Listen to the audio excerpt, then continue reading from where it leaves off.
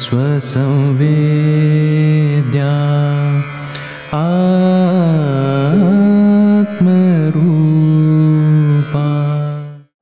हरिओम, नमस्कार.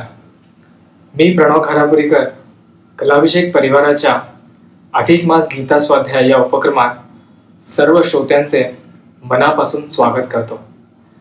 गेली 1 महिना हा आपण उपक्रम राबवत आहोत आणि आपण जो भरभरून प्रतिसाद दिला त्याबद्दल सर्व श्रोत्यांचे मनापासून आभार. आजच्या आपल्या या सांगतेच्या सत्राच्या सुरुवातीस आपल्या सगळ्यांना सुपरिचित असलेल्या डॉक्टर विद्या देवधर या उपक्रमामागची कलाभिषेकची भूमिका आणि संकल्पना आपल्यासमोर मांडणार आहेत. त्यानंतर आपल्याला गीतेवर मार्गदर्शन करण्यासाठी आणि आजचा आपला हा कार्यक्रम स्मरणीय करण्यासाठी आपल्याला एक अनुकरणीय आदर्श व अष्टपैलू व्यक्तिमत्व लाभले आहे. ते म्हणजे डॉक्टर कल्याणी माधव नामजोशी यांचं काम आणि परिचय फार मोठा आहे, तरी मी आपल्याला थोडक्यात करून देण्याचा प्रयत्न करतो. PhD संस्कृत, संगीत विशारद हार्मोनियम, सापेक्ष समर्थाचा, एका जनार्दनी, तेजाचं चांदणं आदी ग्रंथांचे सहलेखन, सुकृत मूकबधीर संस्था, श्री राधा दामोदर प्रतिष्ठान, गीता धर्म मंडळ, रामामानी अयंगार योग संस्था आदी संस्थांवर कार्यकारिणी सदस्यापासून अध्यक्ष आदी महत्वाच्या पदांवरून सक्रिय सहभाग, भारतात आणि भारताबाहेर 10,000च्या वर प्रवचने आणि व्याख्याने, प्रसिद्ध पंचांगकर्ते धुंडाराज शास्त्री दाते यांच्या विचारांचा लेखन आणि विचारांवर प्रभाव, स्वामी वरदानंद भारती पूर्वाश्रमीचे प्राचार्य अनंत दामोदर आठवले यांचा अनुग्रह. तर अशा थोर आणि ज्ञानी वक्त्या आपल्याला लाभल्या हे आपल्या सगळ्यांचंच भाग्य. मी आपल्या सगळ्यांतर्फे त्यांनी आपल्याला मार्गदर्शन देण्यासाठी जी स्वीकृती दिली आणि वेळ दिला त्याबद्दल त्यांचे आभार मानतो. त्यानंतर सौ हेमांगी भगवत नेने हिच्या गाण्याने आपल्या कार्यक्रमाची सांगता होईल. पुनश्च सर्व श्रोत्यांचे मनापासून आभार. हरिओम. हरिओम. अधिक मास गीता स्वाध्याय हा कलाभिषेकचा एक अभिनव उपक्रम. सामर्थ्य आहे चळवळीचे, जो जे करील तयाचे, तेथे भगवंताचे अधिष्ठान पाहिजे. कोणताही उपक्रम तुम्ही हाती घेतलात तर तो जर ज्याप्रमाणे भगवंताची भक्ती करावी त्या प्रेमाने, त्या आत्मीयतेने, त्या निष्ठेने केलात तर तुम्हाला भगवत भेटीचाच आनंद मिळतो असं मला वाटतं. कलाभिषेकचे विविध उपक्रम हे अशाच निष्ठेने आणि आत्मीयतेने होत असतात आणि त्या उपक्रमांमध्ये तरुणांचा सहभाग हे आमच्यासाठी अतिशय महत्त्वाचं काम आहे आणि म्हणून ह्या सगळ्या उपक्रमाचा एक वेगळा आनंद आम्हाला मिळतो. अधिक मासानिमित्त अनेक लोक काही दानधर्म करतात, काही वेगवेगळ्या तऱ्हेची व्रतवैकल्य करतात. तर या वेळेला अधिक मासानिमित्त आपल्या तरुणांना भगवद्गीतेची ओळख करून द्यावी असं इथल्या संचालक सरोज घारापुरीकर हिच्या मनात आलं. हा गीता स्वाध्याय असावा, म्हणजे कोणाचं तरी भगवद्गीतेवर व्याख्यान होऊन तरुणांनी ते ऐकावं असं नव्हे, तर तरुणांना गीता तर समजलीच पाहिजे, पण त्यासाठी त्यांनी स्वतःहून सुद्धा काही केलं पाहिजे. आणि असा प्रयत्न हा स्वाध्याय म्हणजे तरुणांनी स्वतःहून करायचा हा एक उपक्रम. त्यासाठी सरोजनी स्वतः स्वाध्याय केला आणि 70-80 श्लोक नेमके निवडले भगवद्गीतेतले, ते वेगवेगळ्या तरुणांना दिले.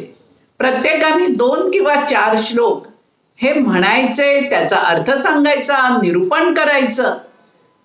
हैदराबादेत वाढलेले किंवा एकूणच महाराष्ट्राबाहेरच्या लोकांना आणि परदेशातल्या मुलांना कधी मराठी शिकलेलं नाही, संस्कृत तर भाषेचा गंधही नाही, शुभंकरोती शिवाय काही संस्कृत म्हटलेलंही नाही, परंतु हा कलाभिषेकचा उपक्रम आहे म्हणून हे आव्हान आमच्या तरुणांनी स्वीकारलं. 33 तरुणांनी अशा तऱ्हेने हे श्लोक समजून घेऊन त्याचा अर्थ सांगण्याच्या या उपक्रमामध्ये भाग घेतला. तरुणांनी हातात भगवद्गीता घेतली, ज्ञानेश्वरी घेतली आणि गीता रहस्याची पानं सुद्धा उलगडली. हेच आमच्या दृष्टीने खूप महत्वाचं आहे. त्याशिवाय या निमित्ताने जे गीतेमधल्या काही गोष्टी त्यांना माहिती झाल्या की जे आम्हाला वाटत होतं की गीता हा म्हातारपणी वाचण्याचा ग्रंथ नाहीये, तर निष्काम कर्मयोग समजून घेणं, सर्वाभूती परमेश्वर आहे हा एकात्मता मानवतावाद समजून घेणं हे तरुण वयातच करण्याचं काम आहे. आणि त्या दृष्टीने अनेक जण आम्हाला म्हणाली की हा उपक्रम ह्या केवळ महिन्यापुरता न राहता दर 4-6 महिन्यांनी याचं एकदा रिव्हिजन झाली पाहिजे. पुन्हा पुन्हा आम्हाला या भगवद्गीतेतला अर्थ समजून घ्यायला, एकमेकांना सांगायला नक्कीच आवडेल, त्याच्यावर काही भाष्य करायलाही आवडेल. आणि आमच्या दृष्टीने हेच आमच्या या उपक्रमासाठी असलेलं भगवंताचं अधिष्ठान आहे. 33 तरुण जसे आले तसंच त्याप्रमाणे 5-6 ज्येष्ठ मंडळीही याच्यामध्ये होती. आणि हे सगळं काम लोकांचे आलेले व्हिडिओ आपल्यापर्यंत योग्य वेळेत पोहोचवण्यासाठी 7 बॅकस्टेज कलाकार या ठिकाणी काम करत होते. पुन्हा रोज जे लोक स्वाध्यायी म्हणून काही थोडी माहिती आपल्याला सांगणार त्यांचा परिचय करून देण्यासाठी निवेदकही पाहिजेत. तर असे महाविद्यालयीन तरुण तरुणी किंवा नव्याने लग्न झालेल्या तरुणी, लहान पोरबाळं असणाऱ्या मुली अशा 15 जणांनी निवेदक म्हणून या ठिकाणी काम केलं. तेव्हा एकूण तरुणांना एकत्र घेऊन हा गीता स्वाध्याय उपक्रम आपण कलाभिषेकनी आखलेला होता. आणि याचबरोबर शास्त्रीय संगीतामध्ये ज्यांची चांगली तयारी आहे, ज्यांचा अभ्यास आहे, अशा वेगवेगळ्या व्यक्तींचं, अनेक तरुणी त्याच्यामध्ये तरुण लोक होती, त्यांचं रोज या स्वाध्यायानंतर एक सुरेल आवाजातलं भक्तिगीत आपण ऐकत होतात. हा पुरुषोत्तम मास आणि भक्तीचं अधिष्ठान असलेला सर्वश्रेष्ठ असा श्रीमद भागवत ग्रंथ, ज्याच्यात श्रीकृष्णाच्या लीलांचंच वर्णन आलेलं आहे, ह्या भागवत ग्रंथाचा परिचय करून देण्याचंही सुरुवातीला आम्ही ठरवलं. आणि त्याप्रमाणे त्या भागवत कथा सांगण्यातही तरुणांनी भाग घेतला. हेही याचं वेगळेपण आहे. आणि या सगळ्या गीतेचा अर्थ छोट्या छोट्या श्लोकांमधून समजून घेत असताना त्या गीतेकडे कशा दृष्टीने पाहावं, गीतेमधलं काय नेमकं निवडावं, गीता का वेगळी आहे हे सांगण्यासाठी याचा जणू कळसाध्या ह्या कार्यक्रमाचा म्हणजे स्वतः कर्मयोगी असलेल्या कल्याणीताई नामजोशी यांचं प्रवचनही या गीता स्वाध्याय मासामध्ये आपल्याला बघायला मिळणार आहे. तेव्हा अशा तऱ्हेने तरुण पिढीला देशभक्ती, भारतीय तत्वज्ञान, संत साहित्य आणि याचबरोबर आपलं सामाजिक भान, लोकांना मदत करायची आहे, अनाथांना मदत करायची आहे, गरजू मुलींना मदत आहे, अशा तऱ्हेचं भान जागृत ठेवणारे कलाभिषेकच्या विविध उपक्रमामधला हा एक महत्वाचा उपक्रम. कल्पना अर्थात सरोज घारापुरीकर यांचीच आहे. आणि हा अधिक मास गीता स्वाध्याय हा तरुणांना प्रेरणा देणारा ठरला, गीतेकडे बघण्याची त्यांच्यामध्ये इच्छा निर्माण करणारा ठरला आणि त्यांच्या हातून अधिकाधिक भारतीय तत्वज्ञानाचं चिंतन व्हावं आणि त्याचं अवलंबन व्हावं, यामध्येच आम्हाला काम सफलतेचा आनंद मिळणार आहे. धन्यवाद. हरिओम. पार्थाय प्रतिबोधितां भगवता नारायणेन स्वयं व्यासेन ग्रथितां पुराणमुनिना मध्ये महाभारतम् अद्वैतामृतवर्षिणीं भगवतीम् अष्टादशाध्यायिनीम् अम्ब त्वामनुसन्दधामि भगवत् गीते भवद्वेषिणीं प्रपन्न पारिजाताय स्तोत्रवेत्रैकपाणये ज्ञानमुद्राय कृष्णाय गीतामृत दुहे नमः. या आत्ताच्या करोनाच्या परिस्थितीमुळे मी पुण्यातून आणि आपण हैदराबादमधून असं हे आता कॉन्फरन्सिंग मधून एकमेकांशी संवाद म्हणूया, पण तो साधतो आहोत आर्टिफिशियली आहे तरीही. पहिल्यांदा मी आपलं अभिनंदन करते, कारण या लहान वयामध्ये तुम्ही भगवद्गीतेसारख्या ग्रंथाकडे इतक्या प्रेमाने, इतक्या उत्सुकतेने आणि इतक्या चिकाटीने म्हणेन मी तर हे जे वळला आहात आणि त्याकरता काम करता आहात, त्याकरता पुन्हा पुन्हा तुम्हाला धन्यवाद. त्याचं कारण असं आहे की 25 ते 35 ह्या काळामध्ये मनुष्य आपल्या जीवनाचं वळण देण्याकरता जे जे काही करायचंय त्याकरता निग्रह करू शकतो. आपली प्रत्येकाची परिस्थिती वेगळी वेगळी असते, परिस्थिती वेगळी असते, विचार वेगळे असतात, आवडीनिवडी वेगळ्या असतात, शिक्षण वेगळं असतं, व्यवसाय वेगळे असतात, कुटुंबाची परिस्थिती वेगळी असते, जबाबदाऱ्या वेगळ्या असतात. त्या सगळ्या गोष्टींना धरून आपलं जीवन अधिकाधिक सुखी, समृद्ध, आनंदी कसं करता येईल हे आपल्याला ठरवण्याचं अगदी बरोबर हेच वय आहे. आणि आपल्या व्यवसायामध्येही मिळत आहे त्यापेक्षा अधिक यश, मिळतो आहे त्याच्यापेक्षा लोकांच्याकडनं अधिक सन्मान, मिळतं आहे त्याच्यापेक्षा अधिक सुख आणि करतो आहोत त्याच्यापेक्षा अधिक कर्तव्यनिष्ठतेने आपल्या सर्व गोष्टी पार पाडणं, प्रपंचातल्या बाहेरच्या अनेक प्रकारच्या विविध अंगाने. या सर्वांकरता एक विचार आपल्याकडे तयार झाला आणि तो ठोस आणि चांगला झाला की त्याच्यातून आपल्या आयुष्यात आपण निश्चित समाधान मिळवू शकतो. त्यामुळे एकदा पुन्हा तिसऱ्यांदा आपलं अभिनंदन करून याच भूमिकेवर आपण आपलं जीवन खऱ्या अर्थाने यशस्वी करून घ्याल याची मला खात्री आहे. आणि माझी अशी शुभेच्छा व्यक्त करून मी माझ्या विषयाला सुरुवात करते. आपण सर्वांनी आपापल्या परीने विषय अभ्यासले, चिंतन केलंय, त्याचबरोबर ते मांडलेत सुद्धा. आता त्याचा समारोप म्हणून आपण हे व्याख्यान ठेवलंय. असा एका सव्वा तासामध्ये काही गीतेचा विषय पुरता मांडून होतो असं नाही, आपल्यालाही कल्पना आहे.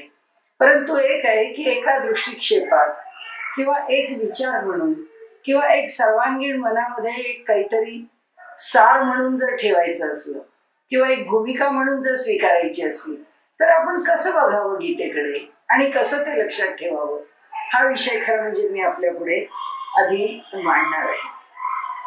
तासाभरात इतपत मांडता आलं तरी पुष्कळ झालं, ते आपलं यश आहे. आणि आपल्याला मी जे मांडलं आहे ते विचार बरे वाटले आहेत असं घडलं तर खरंच माझ्या सगळ्या चिंतनाचं किंवा आपल्या पुढे मांडलेल्या विचारांचं सार्थक झालं असं मला वाटेल.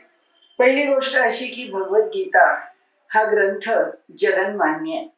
विश्वामध्ये याच्यासारखा सर्व धर्मांना, सर्व परिस्थितीत, सर्व काळात उपयुक्त ठरणारा दुसरा ग्रंथ नाही असं म्हटलं तर अजिबात अतिशयोक्ती ठरणार नाही. ही वस्तुस्थिती आहे.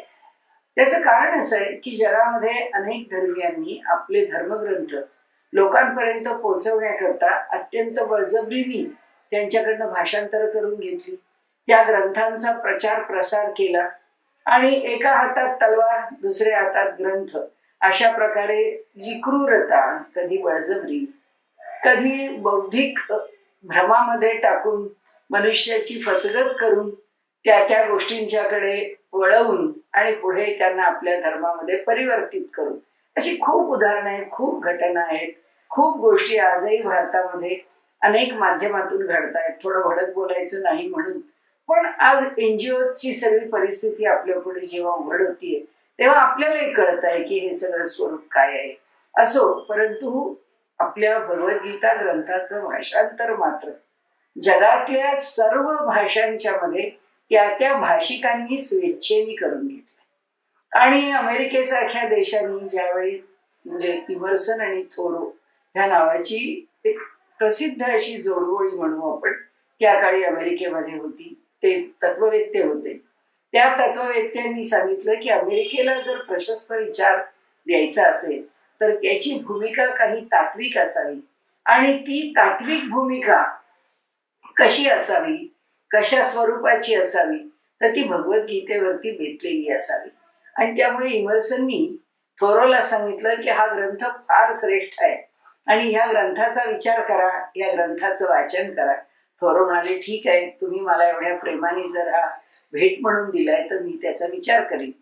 काय अभ्यासावं? त्यांनी ती गीता जेव्हा वाचली त्यावेळी त्यांच्या लक्षात आलं की यातलं अहिंसा तत्व मोठं मजेशीर आहे आणि अभ्यासण्यासारखं आहे. कसं अभ्यासावं? त्यांनी एका नदीच्या किनाऱ्यावरती एक छोटीशी झोपडी बांधली. त्या झोपडीच्या समोर एक खटिया टाकून दिली. त्या खटियावरती ते बसत असत दिवसभर, रात्री झोपतही तिथे असत, हवा अनुकूल असेल तर. आणि त्यांनी अहिंसा आपल्या मनामध्ये प्रत्येक क्षणी निवास करते की नाही, का मनातल्या वृत्ती बदलतात आणि बदललेल्या वृत्तींच्या बरोबर मनातले भावही आपले वेगवेगळ्या दृष्टीने प्रकर्षाने वर येतात. म्हणजे कधी भयाचे, कधी क्रोधाचे, कधी लोभाचे वगैरे असे. तर तो म्हणाला, हे सगळं आपण कशाच्या बरोबर परीक्षण करायचं? निष्पाप जीवाबरोबर, अर्थातच जनावरांबरोबर, कारण त्यांना आपल्याशी सुसंवाद जो साधायचा तो एका ज्या स्तरावर साधला जातो, ती त्यांना असणारी जी सूक्ष्म संवेदन क्षमता आहे त्यावरच ते माणूस आता आपल्याला घाबरलाय का, आपल्यावरती हल्ला करणार आहे का, आपल्याला मारणार आहे, हे सगळं ते ओळखतात. आणि त्यामुळे निर्भयता हा जर अहिंसेचा परिपाक असेल तर आपल्याशी निर्भयपणाने प्राणी राहू शकतील की नाही याचा एक त्यांनी छोटासा प्रयोग केला. आणि 500-600 नाग, साप, अजगर हे सगळे आणले आणि आपल्या त्या खटियेवरती, खटियाच्या खाली, पायावर, आसपास, झोपडीत सर्वदूर ते वावरत होते. आणि त्यांच्यामध्ये हा थोरो वावरत असे, जो त्याची अशी धारणा होती की जोपर्यंत माझं मन हिंसेला प्रवृत्त नाहीये तोपर्यंत यातला एकही जीव माझ्यावर हल्ला करणार नाही किंवा मला चावणार नाही. आणि झालं, एकदा इमर्सन त्याला भेटायला आले. आल्यानंतर थोरो कुठे राहतं वगैरे सगळं पाहिलं त्यांनी. ते म्हणाले, अरे काय रे, तुझ्या जवळ येणं तू मला कठीण करून ठेवलंस. त्यांनी म्हटलं, का? नाही म्हणलं, एवढे नागन साप इथे असताना मी जवळ कसा येऊ? तेव्हा थोरो म्हणाला, अरे तूच दिलीस ना मला गीता, त्या गीतेमध्येच तर अहिंसेची श्रेष्ठता सांगितली आहे ना, मग आता तुला का भय वाटतंय? तो म्हणाला, इतका अभ्यास तू करशील आणि इतके त्यातलं एक एक तत्व, म्हणाला त्याच्यात एवढी तत्व आहे, खाण आहे गीता. म्हणजे अनेक, ज्याला आपण उत्तम उत्तम तत्वज्ञानाची, उत्तम उत्तम विचाराची, उत्तम उत्तम आचरण पद्धतीची त्याच्यामध्ये केलेली जी निवेदन आहे ती किती जन्म घ्यावे लागतील माहित नाही मला, पण गीतेप्रमाणे ह्या जन्मात निदान हे एवढं साधलं तरी मला पुरे झालं. आपल्याला सांगण्याचा हेतू असा आहे की गीतेची महानता आपण काय सांगावी? सगळ्या जगाने जी ओळखली आहे, जगातल्या तत्ववेत्यांनी त्याला थोड्या ना थोड्या प्रमाणात खऱ्या अर्थाने आकलन करण्याचा प्रयत्न केलाय. आपणही आपल्या जीवनामध्ये जर त्याचं काही थोडंफार आकलन करून घेऊन जर आचरणात आणू शकलो तर ते निश्चितच आपल्याला लाभदायी होईल. म्हणून मी आपल्याला म्हटलं की ज्या वयात आपण हे अनुसरलंय ते आपल्याला अगदी स्तुत्य आहे. यापुढे आपल्या पुढे मांडायचं म्हणजे असं की गीतेचं स्वरूप नेमकं काय आहे. ओम तत्सदिती श्रीमद भगवद्गीतासु उपनिषत्सु ब्रह्मविद्यायां योगशास्त्रे श्रीकृष्णार्जुन संवादे, हे सगळं त्या पुष्पिकेमध्ये येतं. अध्याय संपला की अध्यायाच्या शेवटी आपण ही पुष्पिका म्हणतो. ही पुष्पिका मुळात जेव्हा महाभारतामध्ये गीता व्यासांनी अंतर्भूत केली त्यावेळी काही अशी पुष्पिका मांडलेली नव्हती. परंतु बऱ्याच पुढच्या काळामध्ये अप्पय्या दीक्षित, मधुसूदन सरस्वती हे सगळे समकालीन जेव्हा विद्वान लोक त्या ठिकाणी निर्माण झाले त्यामध्ये मधुसूदन सरस्वतींनी ही पुष्पिका तयार केली.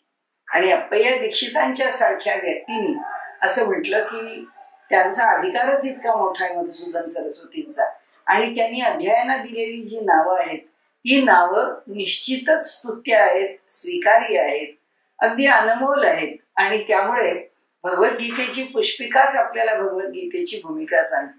ओम तत् सत इति, ओम तत्सत म्हणजे एका त्या परमेश्वराशिवाय, त्या तत् शिवाय दुसरं सत कशालाच अस्तित्व नाही.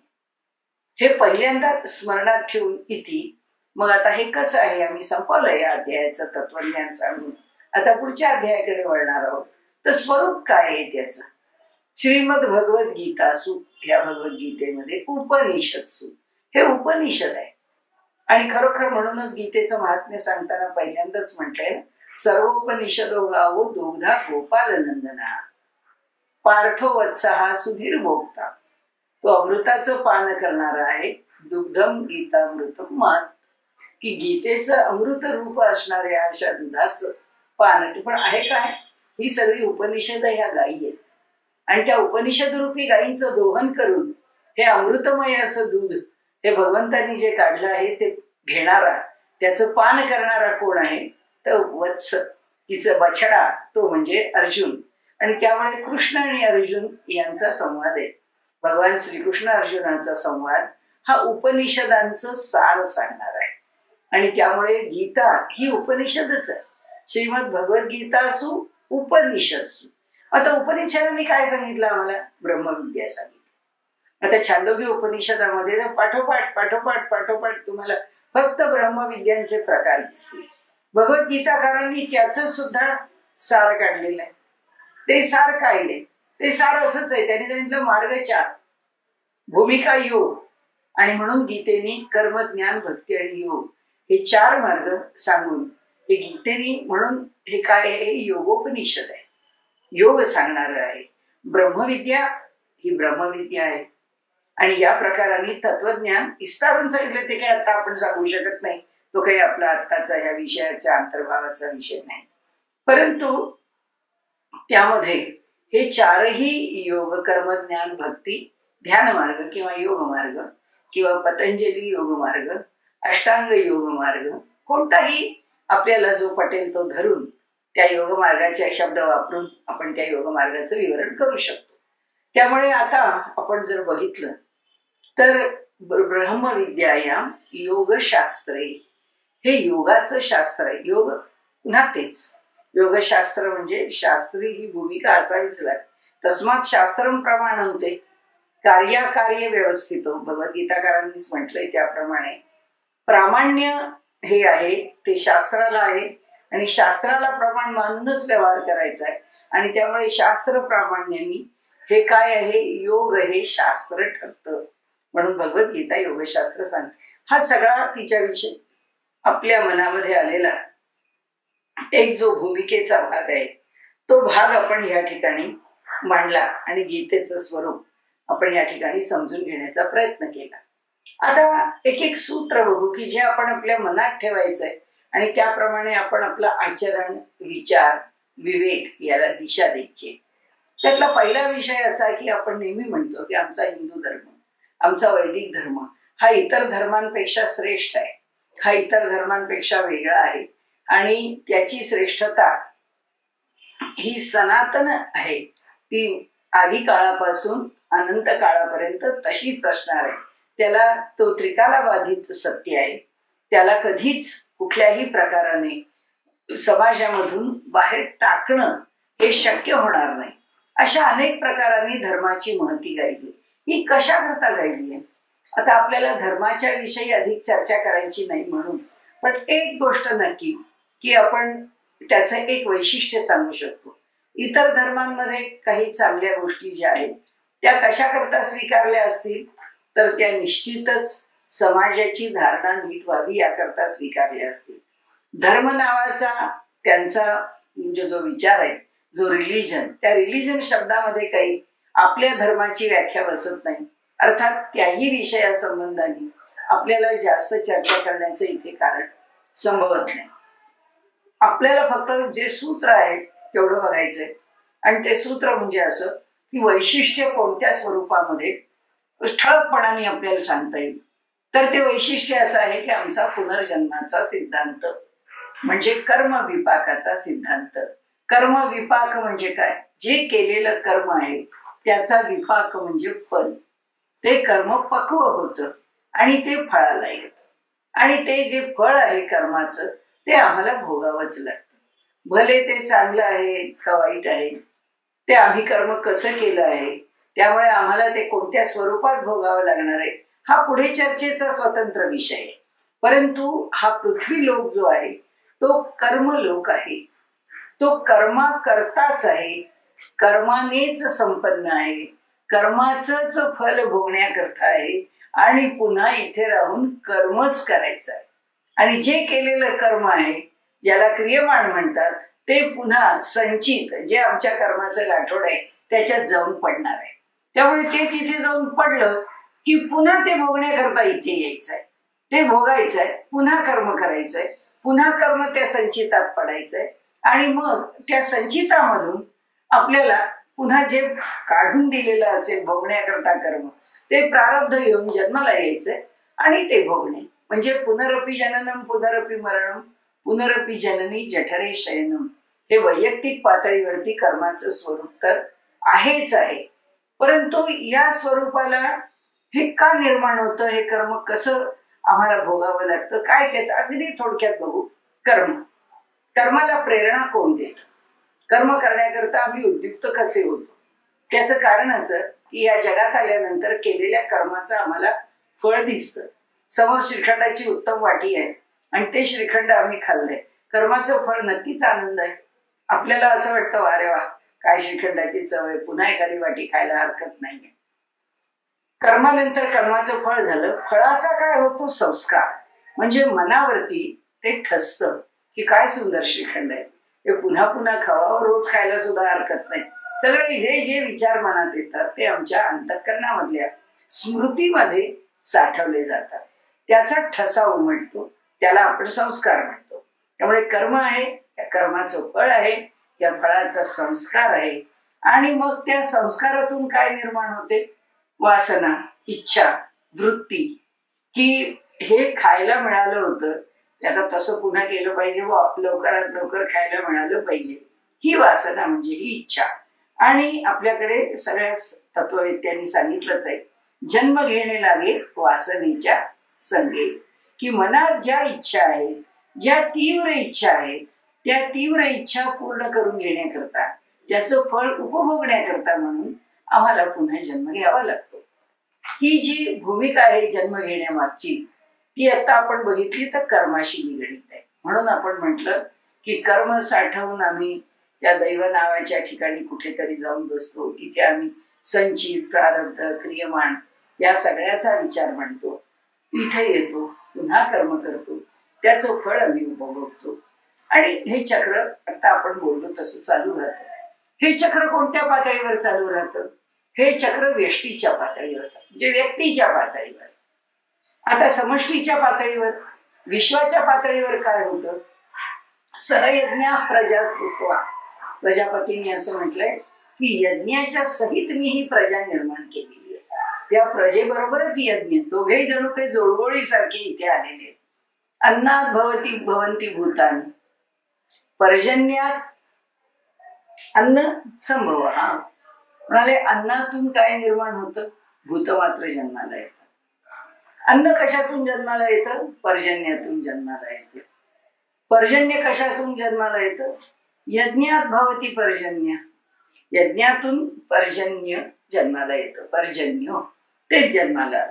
त्याच्या पुढे यज्ञ, यज्ञ कशातून निर्माण होतो, यज्ञ कर्म संभव.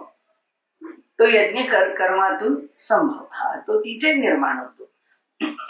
म्हणजे गोष्टी कशा गेल्या बघा. अन्न पर्जन्यातून, पर्जन्य यज्ञातून,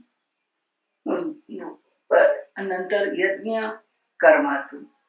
आता पहिल्यांदा भूत मात्र अन्नातून, पर्जन्यातून अन्न, पर्जन्य यज्ञातून, आणि यज्ञ हा कर्मातून. कर्म ही त्याची साखळी. आता कर्म कशातून निर्माण झालं, कर्मवेदातून निर्माण झालं. ही सगळी साखळी आहे. ती सगळी साखळी कुठे नेऊन पोचतात, अक्षर ब्रह्मापर्यंत, जे अविनाशी परमात्मा स्वरूप आहे, जे या संबंध विश्व ब्रह्मांडात भरून राहिलेलं आहे, ते आमच्या यज्ञात भरून राहिले. आणि म्हणून प्रजापती म्हणतात की ही सगळी समष्टी आहे, ती मी कशाने भरली आहे, तिचं संतुलन मी कशाने केलंय, तर तिचं संतुलन मी यज्ञाने केलं. त्याचबरोबर या सृष्टीत मी काय निर्माण केलंय, प्रजा निर्माण केली. ती प्रजा कशातून निर्माण केली, अन्नात भवंती भूतानी, पर्जन्यात अन्न संभव. चालली ती साखळी पुढे. आणि त्यामुळे जीवाच्या पातळीवरती उत्पत्ती कशी आणि ब्रह्मांडाच्या पातळीवर उत्पत्ती कशी, या दोन्ही गोष्टी आपल्या पुढे गीतेने मांडल्या आहेत, हे आपण लक्षात ठेवायचं. का? त्याचं कारण एकच आहे की जर समष्टी आणि व्यष्टी निर्माण करणारा तो एकच प्रजापती आहे आणि त्या प्रजापतीने दोन्ही एका वेळी निर्माण केले, तर दोघांनी परस्पराला पूरक असलं पाहिजे. त्यामुळे परस्परम भावयंता, एकमेकांनी सांभाळलं पाहिजे. मग ते कसं सांभाळायला पाहिजे? आम्ही पर्यावरणाचा तोल राखला पाहिजे. आमच्या मनाचं पर्यावरण आम्हाला राखता आलं पाहिजे. आमच्या बुद्धीचा समतोल आम्हाला राखता आला पाहिजे. म्हणजे जे प्रदूषण आहे ते वातावरणातलं न हो याच्याकरता विचार करायचा असेल तर आम्हाला करायचा आहे. आपण म्हणतो माझं मन संतुलित राहत नाही, आपण म्हणतो माझं ध्यान नीट लागत नाही, आपण म्हणतो मन स्थिर होत नाही. हे सगळं ठीक आहे, हे सगळं वैयक्तिक पातळीवर आहे. पण हे सगळं होण्यासाठी आम्ही काय करायला पाहिजे? कारण ह्या ज्या दोन गोष्टी आहेत की हे सगळं कर्म आहे. कर्माने हे जगत भरलेलं आहे. हे कर्म जीवानीही करायचंय आणि कर्म तर सृष्टी करते. एक अन्न आम्हाला मिळतं तेव्हा एक बीज पेरलं की सगळी प्रक्रिया तिथे पण सुरू होते. आता आपण बघितलं तसं. आणि त्यामुळे ह्या दोनही प्रक्रिया एकमेकांना पूरक राहणं महत्वाचं आहे. त्याकरता काम कोणाला करायचंय? आम्हाला. आणि ते काम काय आहे? त्याच्या मागे गीताकारांनी एक संदेश काय दिलेला आहे? त्यांनी असं म्हटलं, युक्ताहार विहारस्य युक्त चेष्टस्य कर्मसु युक्त स्वप्नावबोधस्य योगो भवती दुःखा. युक्तता, यथा योग्य आमचं वागणं जर राहिलं तरच या जगामधला एक जगाला फायदा देणारा, फायदा करून देणारा आणि विश्वाचं नुकसान न करणारा, या विश्वाच्या चांगलेपणात भर घालणारा आणि या विश्वाकडून कमीत कमी घेऊन आपलं जीवन जगणारा असा जीव जर निर्माण झाला ते काय म्हणतात? युक्ताहार विहारस्य युक्त चेष्टस्य कर्मसु युक्त स्वप्नावबोधस्य योगो भवती दुःखा. युक्त आहार, युक्त विहार, युक्त कर्म चेष्टसु, त्याच्यामध्ये कर्म करताना योग्य त्या शारीरिक क्रिया, युक्त आहार विहारस्य युक्त कर्मस्य चेष्टसु युक्त स्वप्नावबोधस्य, योग्य प्रमाणामध्ये संयमित विचार करून आवश्यक तेवढी आळसाला दूर करून निद्रा घ्यावी, तरच योग हा सिद्ध बनतो. योगो भवती दुःखा, दुःखाचं हरण करणारा किंवा योगाचं यश देणारा होतो. म्हणजे जीवनामध्ये योग सिद्ध केव्हा होतो?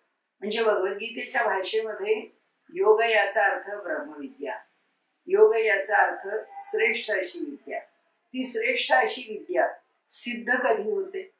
जीवनामध्ये सुख कधी प्राप्त होतं, आरोग्य कधी प्राप्त होतं, मनाला संतुलन कधी प्राप्त होतं, बुद्धीला विवेक कधी प्राप्त होतो? जेव्हा आम्ही सर्व गोष्टी युक्त म्हणजे यथायोग्य करू. जेव्हा आम्ही यथायोग्य आहोत तेव्हा आम्ही निसर्गाचं सुद्धा संतुलन राखतो. आम्ही निसर्गाला पण यथायोग्य ठेवतो, निसर्गाचा व्यवहार योग्य करतो. उगीच त्या निसर्गाला खणत बसणं, आज आपली काय परिस्थिती आहे? नदीतली वाळू काढतोय, सिमेंटची जंगलं वाढवतोय. जगामध्ये आता परिस्थिती अशी आहे की युद्धाकरता निर्माण केलेली शस्त्रास्त्र ठेवायला जागा नाही. त्यांचा धोका इतका वाढलाय की कुणी जिंकायचं कुणी हारायचं याच्यापेक्षा आधी जग जिवंत राहणार की नाही इथपासून जग. आता तर आपलं धडधडीत उदाहरण आहे करोना, आपण ज्याच्यातून आता जातो आहोत.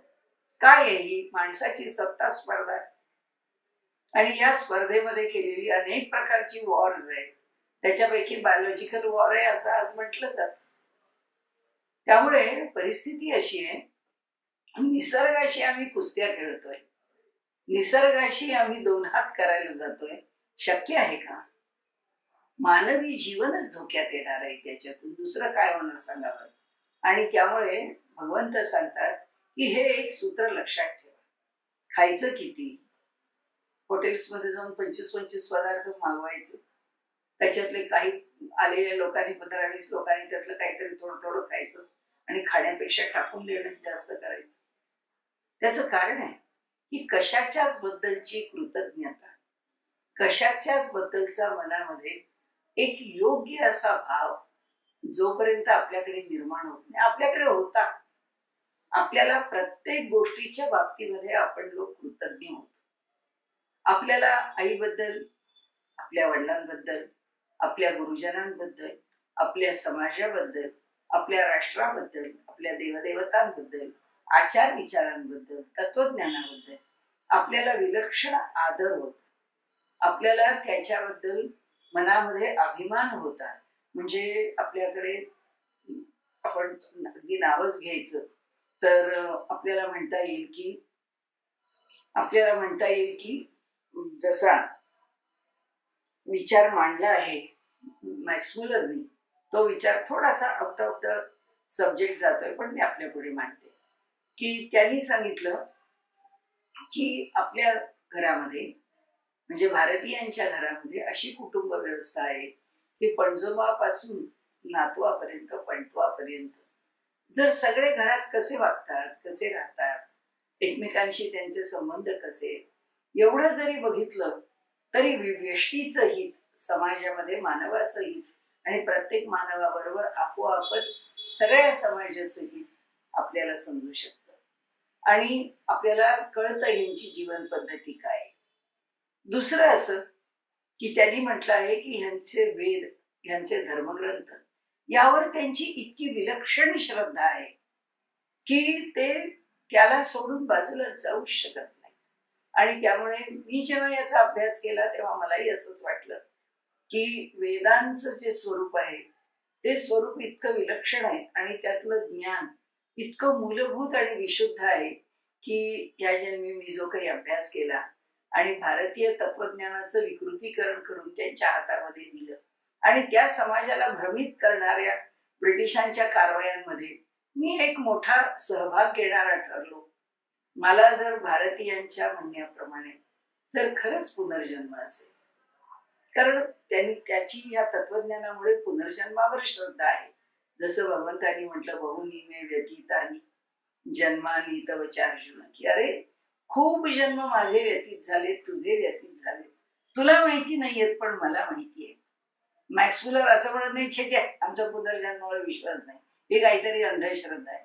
तो म्हणतो नाही, जे वेद मांडतात ना ते सत्यच आहे, जे या धर्मग्रंथांनी तत्वज्ञान म्हणून सांगितलंय ना ते सत्यच आहे. माझी श्रद्धा आहे, मला जो पुढचा जन्म मिळाला आणि मला तो मिळणार असेल तर माझी इच्छा अशी आहे की तो मला ब्राह्मण कुटुंबात मिळावा, त्यातही तो मला वैदिकाच्या घरात मिळावा, त्यातही जो वैदिक अग्निहोत्राचं व्रत घेऊन जीवनभर जगतो आहे अशाच मला जीवन किंवा त्या अग्निहोत्राने संपन्न असणार वैदिकाचं कुटुंब मला मिळावं आणि जन्मभर मी ह्या वेदाची सेवा करत, जमेल तसा प्रचार प्रसार करत ते माझं मिळणारं जीवन जर मी प्रामाणिकपणे व्यतीत केलं तर या जन्मामध्ये मी जी वेदांची प्रतारणा केलेली आहे त्याचं अंशतः तरी क्षालन होईल.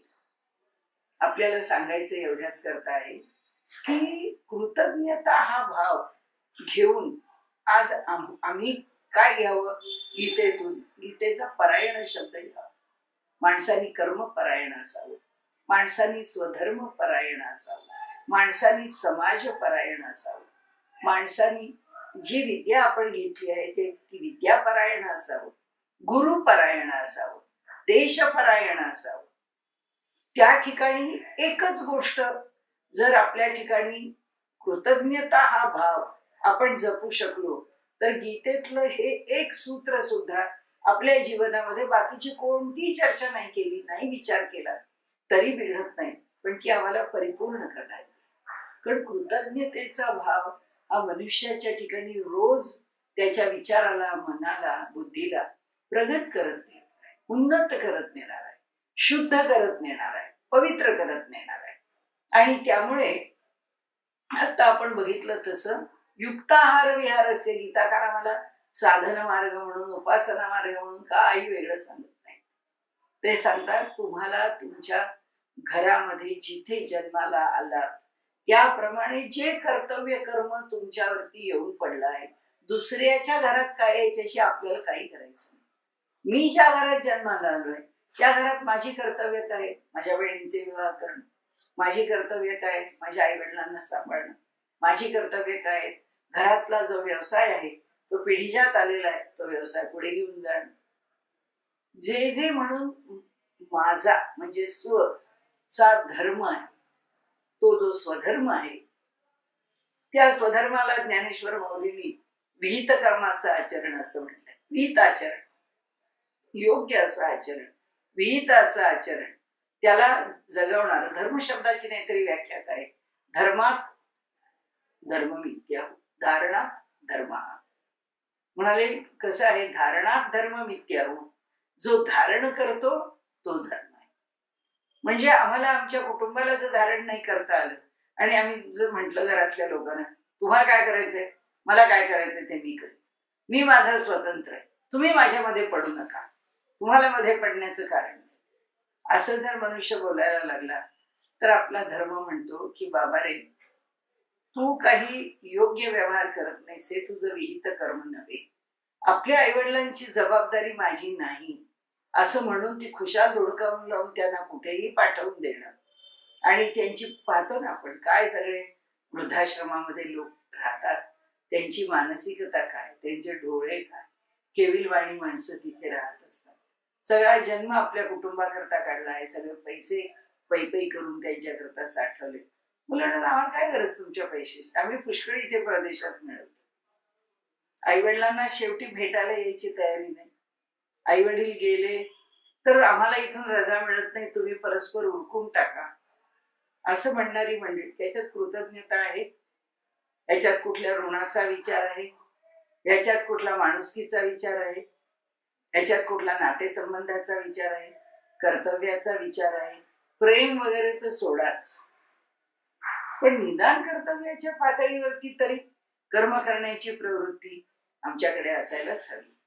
आणि म्हणून गीतेने सांगितलेली जी कर्मपरायणता आहे, त्यांनी जे सांगितलंय कर्माच्या विषयीचं खूप मोठं विवेचन, आपण त्याच्यात आता पडणार नाही. आपण फक्त मगाशी आवश्यक होता तेवढाच भाग बघितला आणि त्या भागातून आपण बाहेर पडलो. आता फक्त विहित कर्माचं आचरण आपण केलं पाहिजे एवढा एक विचार बनवून आपण पुढे जातो आहोत. पुढे जाताना आपल्या मनामध्ये लक्षात ठेवायची गोष्ट आणखीन एक अशी आहे, श्रद्धामयोयम पुरुषः योय श्रद्ध सैव सहा. श्रद्धा, आम्ही श्रद्धेने युक्त असलेले जीव. माणसाच्याकडे श्रद्धा आहे, माणसाच्याकडे भाव आहे. आईवडिलांना न विचारणं आणि बेछूटपणाने वागणं हा सुद्धा भावच आहे. श्रद्धा कशावर आहे? त्यांचं काही ऐकायचं नाही, त्यांना जिव्या द्यायचे, त्यांना घरातनं बाहेर काढायचं, ही श्रद्धाच झाली ना. म्हणजे माणूस योयत श्रद्ध सैव सा, जो जशा प्रकाराने जिथे श्रद्धा ठेवतो तो तसा असतो, तसा व्यवहार करतो, तशी फळं होतो. गीता सांगते विहित कर्माचं आचरण कधीच सोडायचं. हा लोक जो आहे तो पूर्णपणे कर्ममय आहे. कर्मानीच सुख किंवा दुःख घ्यायचं आहे. या जन्मात आम्ही काय प्रारब्धाचे भोग भोगायला आलो ती अर्धी बाजू सोडूनच द्यायची. ती पाव होईल, पुढे अगदी 1-2% जाईल, ती किती कमी होत जाईल आपल्याला माहित नाही. प्रारब्ध किती सौम्य भगवंत करून देईल माहित नाही.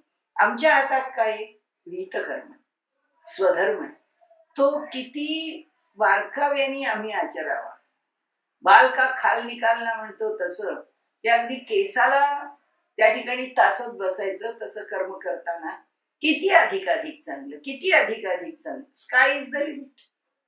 कितीही चांगलं त्याच्याही पेक्षा चांगलं कधीच राहत नाही ना. म्हणजे पूर्णता याला कधीच येत नाही. यथा सांगते कर्म काही घडेना. पूर्ण 100% योग्य कर्म या पृथ्वी तलावर होणं अवघड आहे, कारण हा द्वंद्वात्मक लोक आहे. जसा कर्मात्मक आहे तसा यामध्ये द्वंद्व आहे. जेव्हा चांगलं घडतंय तेव्हा 0.01% तरी वाईट आहेच त्याच्यामध्ये, काहीतरी चूक आहे त्याच्यामध्ये, काहीतरी दोष आहेच त्याच्यामध्ये. असो, परंतु आपलं कर्म आपण योग्य प्रकाराने करत राहणं ही एका प्रकारची कृतज्ञताच आहे. आणि म्हणून ते म्हणतात की योगो भवती दुःख हा. तुम्ही जर सगळं सुनियंत्रित जीवन कर्माच्या पातळीवरती जगत गेला, शरीर मन बुद्धी आपल्या जीवाच्या किंवा शरीराच्या ठिकाणी ज्या आश्रयाने जीव राहतो आहे त्या शरीराच्या 3 अवस्था, जागृती स्वप्न सुषुप्ती, सगळ्या अवस्थांचा विचार जर तुम्ही योग्य संयमाने केला तुम्हाला कोणताच त्रास नाहीये. तुम्ही सिद्ध आहात, तुम्ही सर्व प्रकारांनी सुखाने राहणार आहात. असो, म्हणून त्यांनी म्हटलंय श्रद्धामयोयम पुरुषः योयत श्रद्ध सैव सहा. माणूस हा श्रद्धेने युक्त आहे. तो जेव्हा त्याची इंटलेक्च्युअल कोशंट सांगतो की मी बुद्धीने जातो, माझी बुद्धी काम करते, मी विचार निर्णय माझे बुद्धीने घेतो घे ना, हे लौकिकातले तुझे स्थूल निर्णय आहे. आणि या ठिकाणी त्या स्थूल कर्माची चर्चा तर भगवंतांनी खूप केली. त्याच्या पुढे भगवंत आता आपल्याला सांगतात श्रद्धामयोऽयं पुरुषः. अहो म्हणाले नंदी बैलाला, अहो म्हणाले गाईला काही वेगळी श्रद्धा आपल्याला दिसते. गाय असं म्हणते का कधी की ह्या गोठ्यात अहो तुम्ही कामधेनूचा फोटो लावलेला नाहीये, तुम्ही जर कामधेनूचा फोटो लावला तरच मी या गोठ्यात बसेन, तरच मी तुम्हाला दूध देईन, नाही तर मी तुम्हाला दूध काढूच देणार नाही. मला कधी बैल म्हणतो का अहो इथे नंदी बैलाला तुम्ही नेता नाही केला, आमचं नेतृत्व नंदी बैलांनी केलं तरच आम्ही तुमचं ऐकू, नाही तर आम्ही काही तुम्ही नांगर घातला म्हणून नांगराला झुंपून घेणार नाही, आम्ही काही तुमच्या शेतामध्ये कोळपणी करणार नाही, आम्ही काही तुमच्या शेतात नांगरणी करणार नाही, असं नाही म्हणत. तो म्हणत नाही, त्याला माहितच नाही. त्यालाही श्रद्धा आहे, मालकावर प्रेम आहे, आनंद आहे, दुःख आहे, सुख आहे, फार तात्कालिक आहे, फार क्षणभंगूर आहे, फार सामान्य पातळीवरच आहे.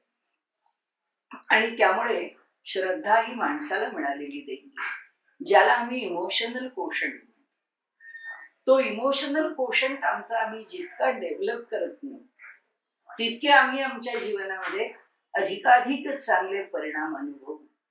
सात्विक पातळीवरती तो इमोशनल कोशंट डेव्हलप करत नाही. म्हणून त्याच्याकरता आधी युक्ताहार विहारस्यच आहे. आपल्याकरता अगदी साधं साधं तत्वज्ञानाच्या कसोट्या लावायला आपल्याला जायची गरजच नाही. गीता म्हणते जाऊच नका. दुःख हा भवती, म्हणजे हाय मी तुम्हाला जे 4 योग सांगितलेत ना ते म्हणाले तुम्हाला सिद्धच बनवणार आहेत असं आश्वासन देऊन भगवंत आपल्याला पुढे नेतात. आणि ते सांगतात की तुम्हाला जो व्यवहार करायचा आहे, तुम्हाला जे कर्म करायचंय त्या कर्माचं एक सूत्र सांग की कर्मात तुम्ही यशस्वी कसे व्हाल. त्यांनी 18व्या अध्यायात सांगितलंय अधिष्ठानम तथा कर्ता कर्णमच पृथक विधम विविधाश्च पृथक चेष्टा दैव चैवात्र पंचमम. ते म्हणाले अधिष्ठान, कर्माच्या मागचं अधिष्ठान काय? आतंकवाद का? कर्माच्या मागचं अधिष्ठान देशप्रेम का? देशाचं हित का? देशातल्या सुधारणा का? देशातल्या परिस्थितीमध्ये आमूलाग्र बदल करण्याकरता रात्रंदिवस झटत राहणं काय? अधिष्ठान काय? जो जे अधिष्ठान घेईल त्या अधिष्ठानाला परमेश्वर यशस्वी करेलच करेल. प्रत्येकाने आपल्या मनाशी, मला काही त्या राजकारणानं गोष्टी सांगायच्या नाहीयेत, परंतु प्रत्येकाने आपल्या मनाशी राष्ट्रनिष्ठेने काम करणारे पुरुष आणि आतंकवादामध्ये गळ्यापर्यंत डोक्यावरून पाणी जाणारे पुरुष पाहिले, त्यांची जीवन काय आहेत आणि ह्यांची जीवन काय, त्यांनी काय मिळवलंय आयुष्यात. सुख मिळवलंय, समाधान मिळवलंय, तृप्ती मिळवलीय. जे काही करता आहेत तेच समजत नाही, कारण त्या गोळ्यांच्या अंमलाखाली सगळा व्यवहार करायचा. मेंदू कट ऑफ करून टाकलेला आहे, ब्रेन त्याला पार बाजूला केलंय. त्या माणसाला मी चांगलं करतो, वाईट करतो, मी गोळी घालतो, काय करतो हे त्याला काहीच समजत नाही. म्हणजे तो मानव राहतो का? त्याचं जीवन राहतं का शिल्लक? काही शिल्लक राहत. असो, सांगण्याचा हेतू एकच आहे की आमच्या कर्माचं अधिष्ठान काय, आपल्या कार्याचं अधिष्ठान काय. आज दुर्दैवाने आज सगळंच आपल्याकडे ज्याला आपण उघड झालेलं आहे, एक्सपोज झालेलं आहे. आज बॉलिवूड सगळ्या तरुणांना कसं भ्रांत करतं. आज बॉलिवूड सगळ्या लहानांना, मोठ्यांना, समाजांना वेगवेगळ्या आकर्षणामध्ये गुंतवून समाजामधला चांगुलपणाचा पाया कसा उखडून काढतंय रोज पाहतोय, कळतंय आपल्याला. म्हणजे आता तर मला असं वाटायला लागलं की हे आम्हाला एक वरदानच ठरलंय. कारण काय सगळं चरसापू गांजा काय असतं हे आम्हाला माहित सुद्धा नव्हतं. मी टीव्हीवरून त्यातलं प्रत्येक ड्रग आम्हाला कळलं, प्रत्येक प्रकारचं ड्रग कळलं, त्याचे परिणाम कळले, ते कसे लोकांपर्यंत येतात कळले. माणूस व्यवहार करत असताना सुद्धा तो त्या नशेमध्ये असतो. काहीतरी आम्ही गॉसिप म्हणून ऐकायचो, गॉसिप म्हणून बोलायचो सुद्धा, कळत कुठे होतं. आता त्याचं संबंध चित्र डोळ्यापुढे उभं राहील. या मुली वाटेल तशा कपड्यांमध्ये, वाटेल तशा रात्री बेरात्री फिरणं, वाटेल तसा स्वातंत्र्याचा आपल्या ठिकाणी गैरवापर करणं, ह्या सगळ्या गोष्टी ज्या आम्ही समाजामध्ये पाहत होतो, आम्हाला वाईट वाटत होतं. लोक म्हणत होते तुम्ही फार मागासलेले लोक, तुम्ही काय बोलता. आणि असं कुणी एखाद्याने टीव्हीवरच्या चर्चेत जरी म्हटलं तरी त्याच्यावरती सगळे लोक हल्ला बोल, काय विचारू नका, इतकं त्याला सगळेजण त्याचा सूड घ्यायचे की बाबा कशाला बोला, गप्प बसा. म्हणजे स्त्रिया काही टीव्हीवरून जेव्हा अशा चर्चेमध्ये भाग घेत असत तेव्हा त्यांचं बोलणं तर मी आपल्याला सांगू पण शकणार नाही. अशा प्रकारचे भाषण त्या करायचे. हे खरं का खोटं, का हे पैशा करता करता, का हे यांना पटतं, मग ह्यांची बुद्धी काय, हे सगळं आपल्याला अगम्य आहे. आणि त्यामुळे मी आपल्याला म्हटलं तसं की अधिष्ठान काय आहे हे आपल्याला आपल्या प्रपंचात कळलं पाहिजे. मला काय करायचंय, माझं घर काय, माझा देश काय, माझी संस्कृती काय, आमचे विचार काय, आणि मला जीवन एकदा मिळालेलं आहे ते कसं जगायचंय, का ते कसंही उधळून टाकायचंय, ह्याचा विचार जोपर्यंत आपल्याला करता येत नाही किंवा ह्या विचाराशी जोपर्यंत आपण सुसंगत राहत नाही तोपर्यंत आपलं जे कर्म आहे त्या कर्माच्या फळाच्या विषयी आपल्याला तितकं योग्य प्रकाराने सांगता येणार. अधिष्ठानाच्या संबंधांनी जागृती ठेवायची ती हीच, जे मनात काय विचार असावा तर स्वधर्मे निधनम श्रेय, परधर्मो भयावह.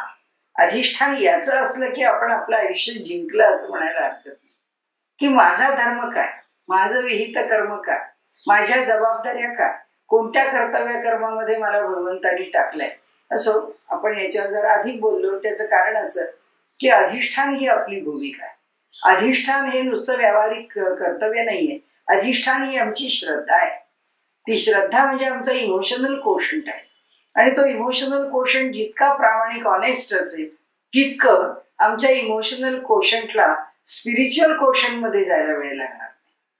म्हणजे आमच्या कर्माची उत्कटताच आम्हाला स्पिरिच्युअल कोशंट मध्ये नेईल, ती आम्हाला आध्यात्मिक अंशामध्ये घेऊन जाईल.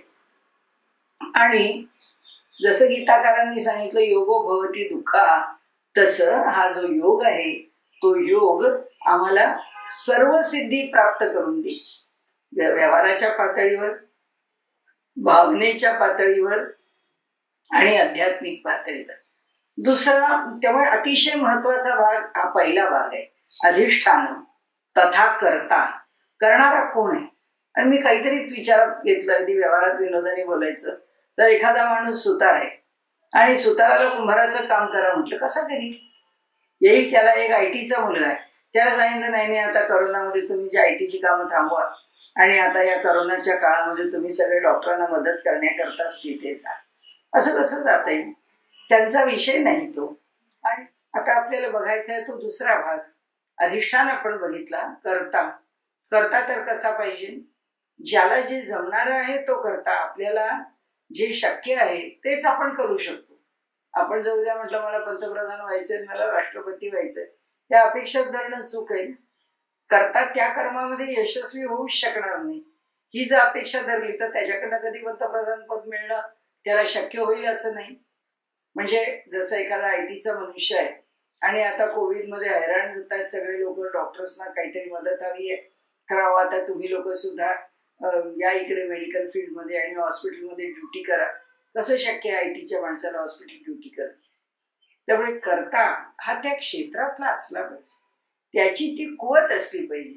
आज लोक जी स्पर्धा करतात, ज्याला आपण अगदी अयोग्य आणि अपात्र स्पर्धा आहे, अनहेल्दी ज्याला आपण म्हणतो तशा स्वरूपाची स्पर्धा आहे, त्याला इतके पैसे मिळतात, मला काय नाही. अरे मग ती तेवढी क्वालिटी मिळव, तेवढं कौशल्य मिळव, तेवढी गुणवत्ता वाढव, कष्ट कर. एक गोष्ट आहे का म्हणून त्यांनी सांगितलं अरे एका गोष्टीमध्ये यश नाही मिळत.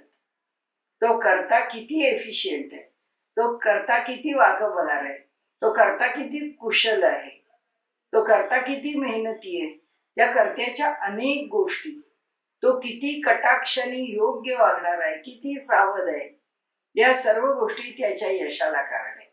म्हणून पहिलं अधिष्ठान, दुसरा करता. करणंच पृथक विधम, वेगवेगळी साधन आहेत. आपल्याला जर एका गोष्टीत यशस्वी व्हायचं असेल तर आता आपण बघतोय की देशामध्ये युद्धजन्य परिस्थिती निर्माण होते, त्यावेळी किती अंगाने विचार आहे, किती प्रकारांनी विचार आहे. किती प्रकारची आयुध, किती प्रकारच्या संरक्षण व्यवस्था, किती प्रकारची राजनीती, किती प्रकारची तयारी, कर्णमच्या पृथक विधम, वेगवेगळ्या साधनांचा उपयोग करावा लागतो. आज सगळं आहे आपल्याकडे की ज्या ज्या विज्ञानाने प्रगत केलेल्या साधनांचा उपयोग करून यशस्वी होण्याकरता ज्या ज्या युक्त्या क्लुप्त्या आहेत त्या सगळ्या करायला पाहिजे. आणि म्हणून ते म्हणतात जेवढी साधनं उपलब्ध आहेत तेवढ्या साधनांचा उपयोग करा. लोकांना असं वाटतं की मोदी पहिल्यांदा निवडून आले त्यावेळी काय केलं, या लोकांनी मीडियाचा खूप वापर केला, या लोकांनी जे जे काही आत्ताची अत्याधुनिक साधनं आहेत त्याचा खूप वापर केला, लोकांना खूप SMS केले, लोकांशी पुष्कळ इंटरनेटवरून संपर्क केले, लोकांशी पुष्कळ फोनवरून संपर्क केले. म्हणजे त्याची टीका करण्यासारखं नाही. तुम्ही तुमची माध्यमं निवडली, त्यांनी त्यांची माध्यमं निवडली. तुम्हीही करताच, प्रत्येक जणच करतो, तेही करतात. पण समाजामध्ये दुसऱ्याला नावं ठेवून काही आपलं कार्य यशस्वी होत नाही, हे नेहमीच लक्षात ठेवलं पाहिजे. की आपल्याला काय करायचंय, आपल्याला कोणत्या माध्यमातून यशस्वी व्हायचंय, कोणती साधनं आपल्याला निवडायची.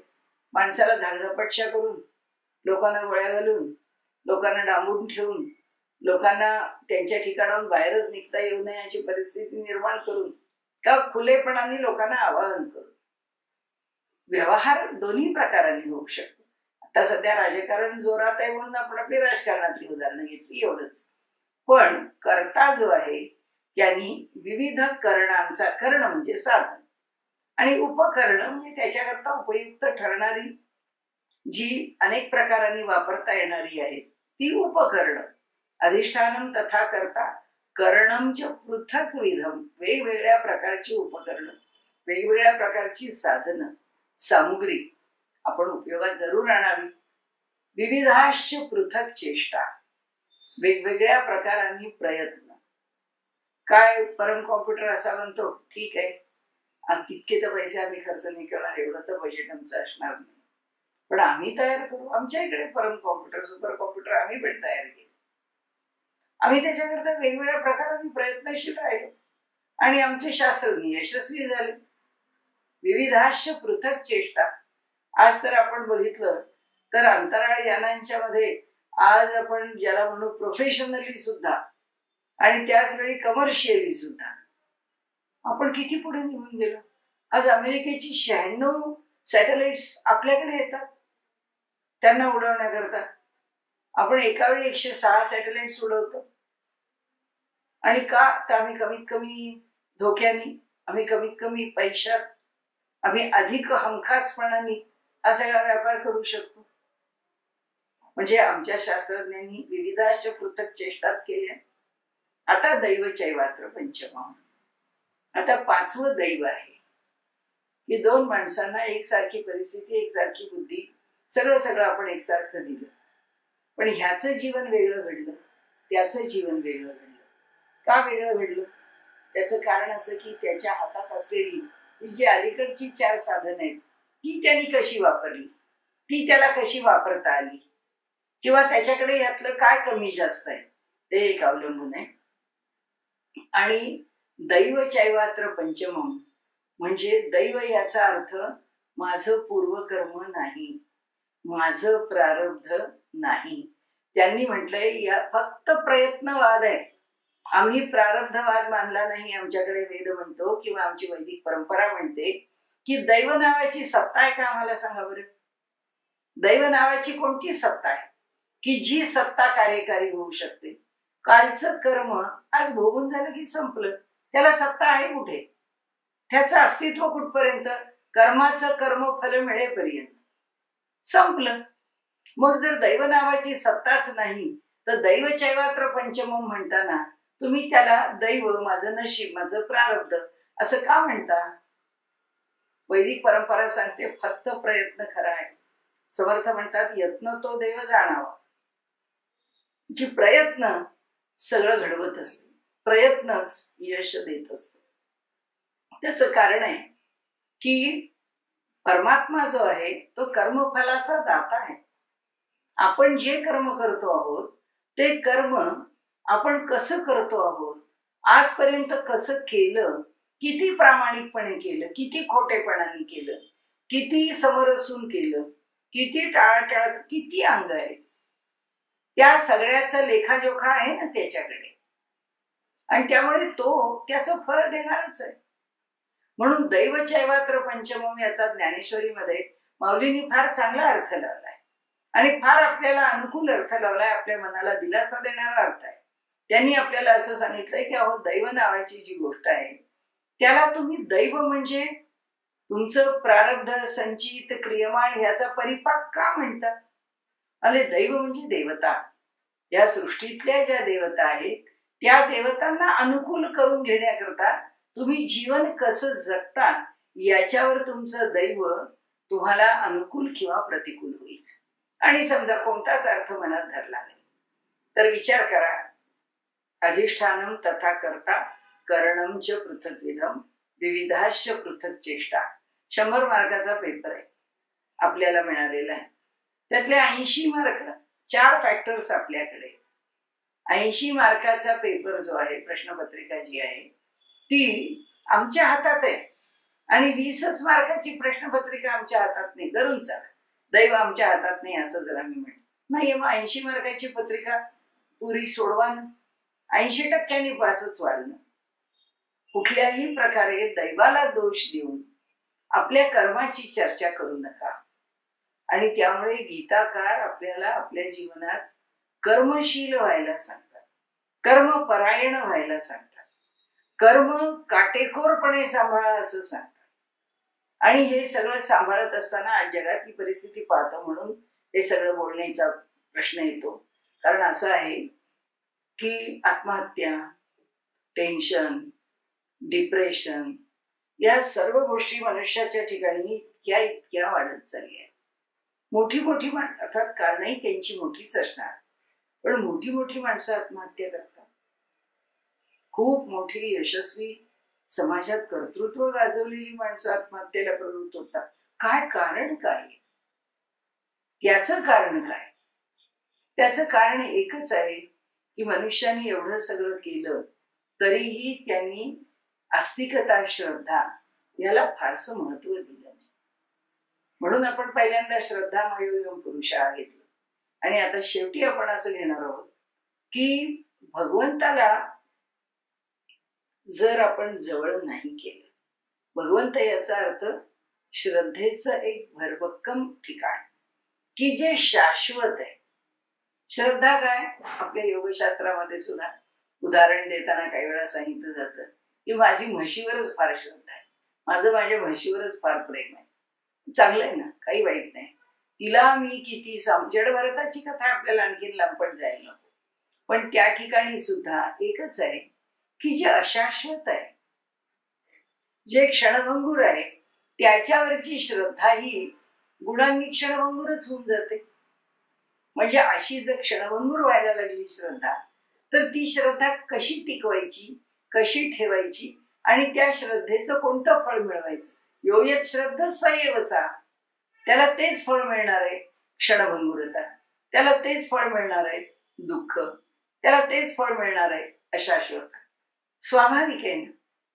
आणि त्यामुळे भगवंत म्हणतो एक लक्षात घे, ईश्वर सर्व भूताना हृदयेषु तिष्ठती भ्रामयन सर्व भूतानी यंत्रारूढानी माया. सर्वांच्या हृदयामध्ये परमात्मा बसलेला आहे आणि तो परमात्मा हा सगळ्यांना प्रेरणा देण्याकरता बसलेला आहे. त्या परमात्म्याच्या प्रेरणा 2 प्रकारच्या.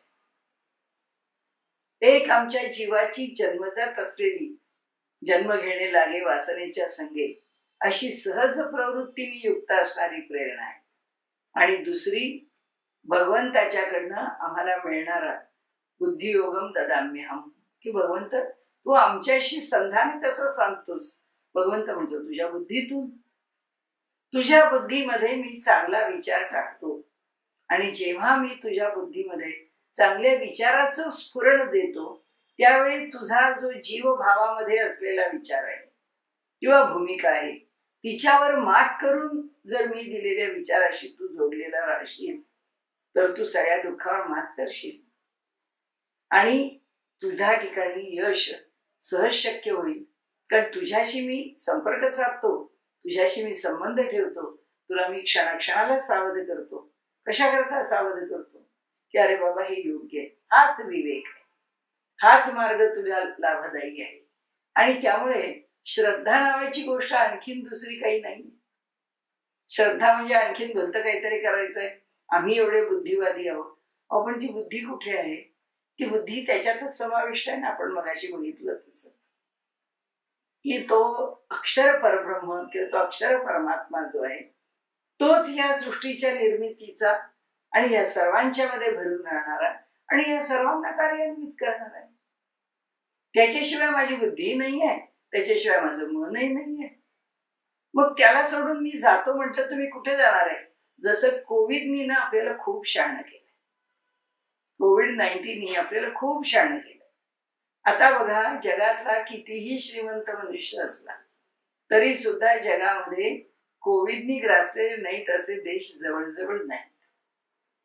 आता ह्याला जर वाटलं की मला कोविड पासून सुटका पाहिजे आहे, कुठं जाणार आहे? जगाला सोडून. आता त्याला कळेल की जग हे बंदीशाळा. या जगामध्ये आम्ही सगळे बंदिवान आहोत, परतंत्र आहोत. सर्वतंत्र स्वतंत्र फक्त एकटा परमात्मा आहे. आता आम्ही हताश आहोत, सर्व बाजूनी आम्ही अडकलेले आहोत. आम्हाला काही भवितव्य कळत नाही. त्यात तर आता नवीन नवीन भविष्य येतं. त्यांनीच सांगितलं आता काहीच नाही, याच्यापेक्षा फार महाभयंकर महामारी तर 21 ह्याच्यात काळात येणार आहे, म्हणजे 2021 साली येणार आहे. तिच्यामध्ये तर माणूस माणसाला ओळखणार नाही, माणूस माणसाला घाबरणार आहे आणि एकमेकांना मारणार आहे. बरेच नरसंहार होणार आहेत दोन्ही. काय काय काय भविष्य येत आहे त्याच्यावर विश्वास ठेवायचा नाही, भाग वेगळा.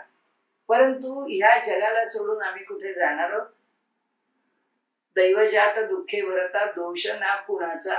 आम्ही म्हणतो आमचा काय दोष आहे हो, आम्ही या भारतात जन्माला आलो, राजकारण खेळणारी माणसं बाहेर आहे. पण पराधीन आहे जगती पुत्र मानवाचं. आलं ना आमच्यापर्यंत सगळं, भोगतोय ना आम्ही सगळे.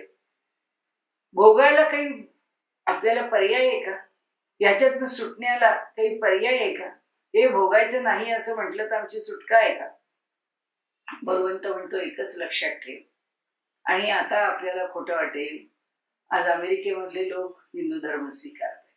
अमेरिकेमध्ये ट्रम्पनी सांगितलंय स्वतःला की या हिंदू धर्माची जी तत्व आहे तीच आपल्याला वाचवू शकणार आहे. ट्रम्प सारखा मनुष्य सुद्धा जेव्हा, माहिती आहे आपल्याला प्रत्येकाची बॅकग्राऊंड काय असते, तरी सुद्धा अशाही लोकांना जेव्हा वाटतं, याचा अर्थ काय आहे?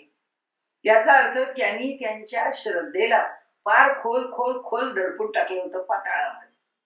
ते फक्त त्यांच्या व्यावहारिक पातळीवरच्या मटेरियलिस्टिक विचारांच्या मध्ये इतके रममाण झालेले होते आणि इतके स्पर्धात्मक पातळीवरती व्यवहार करत होते की आता परिस्थिती अशी आली की त्यांना कळायला लागलं की जे व्यवहार आम्ही करत गेलो, जे विचार आम्ही करत गेलो, ज्या यशाच्या पायऱ्या आहेत म्हणून आम्ही ठरवल्या, या यशाच्या पायऱ्या खऱ्या नाहीतच. आता जसं आम्ही हा व्हर्च्युअल इंटेलिजन्स चांगल्या अर्थाने वापरतो आणि वाईट अर्थानेही त्याचा आर्टिफिशियल इंटेलिजन्सचा काय आपल्याला होणारा त्रास म्हणा किंवा त्याच्या मर्यादा म्हणा त्याचा विचार करतो, तसंच आहे. यांची सगळ्या प्रगतीच्या कल्पना व्हर्च्युअलच आहे. त्या यथार्थ कुठे? ते यथार्थ नाहीच आहे. पण दुर्दैव असं आहे की मनुष्याने त्या स्वीकारल्या होत्या. आता काय? आता जगामध्ये एक जोरदार लाट आहे की महात्मा गांधी काय म्हणाले, महात्मा गांधींचे विचार काय आहेत ते चांगले आहेत. भारतीयांच्या वैदिक परंपरेचे विचार काय आहेत ते चांगले आहेत. त्याच्याही पुढे जाऊन लोक म्हणतात या भारतीयांची जी संस्कृत भाषा आहे ती संस्कृत भाषा पुढे मागे या जगाची मुख्य भाषा बनेल.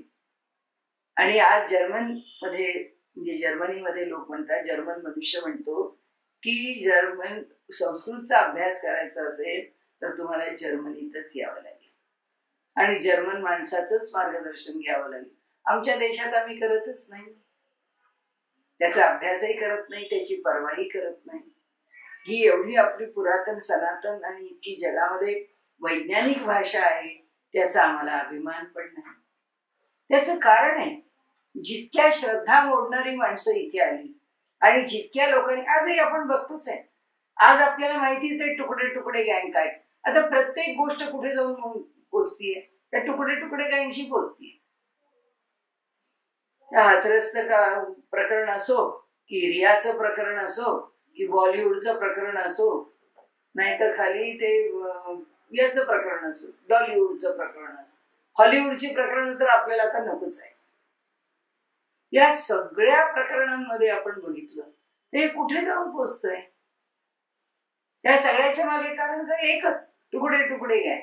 सगळं झालं की भारतामध्ये हे लोक आलेत कशा, कुठली दिल्लीतली काही अडचण आली, त्या युपीची आत्ताची चाललेली घटना झालं, ती सुद्धा त्यांच्याशीच जोडली. कुठली पार्टी घ्या तिथेच जाऊन जोडली, मुख्यमंत्री घ्या तिथेच जाऊन जोडले, चिरंजीव घ्या तिथेच जाऊन जोडले. अरे काय आहे म्हणजे मनुष्याची जी सगळी प्रवृत्ती. मग गेल्या कुठे हो श्रद्धा. लोक जेव्हा आपल्याला म्हणतात ना की आम्ही बुद्धिवादी लोक आहे, तुमच्या या अशा अंधश्रद्धेच्या गीतान बितान असली अंबक तत्वज्ञान आम्हाला मान्य नाहीये. मग आता हे तुम्हाला सगळं मान्य आहे का? तुमचा बुद्धिवाद इथंच जातो का? म्हणजे तुमच्या बुद्धीबद्दल आमच्या मनात वादच आहे. कसं मानावं तुम्हाला बुद्धिवादी? असो, सांगण्याचा हेतू एकच आहे, या सर्व गोष्टी त्या चांगल्या अशा सुंदर खालच्या स्वच्छ तलावावरती आलेलं ते शेवाळ किंवा जशी वनस्पती यावी त्यावरती उगवून, तसं आहे हे सगळं. आपलं अंतःकरण स्वच्छ आहे, आपलं जीवन स्वच्छ आहे, आपले विचार स्वच्छ आहेत, आपला आचार स्वच्छ आहे, आपल्याला शिकवलेली तत्व शाश्वत आहे. आपण त्याच्याकडे बघावं. जगाचा व्यवहार चालेल त्याच्या पद्धतीने चालेल.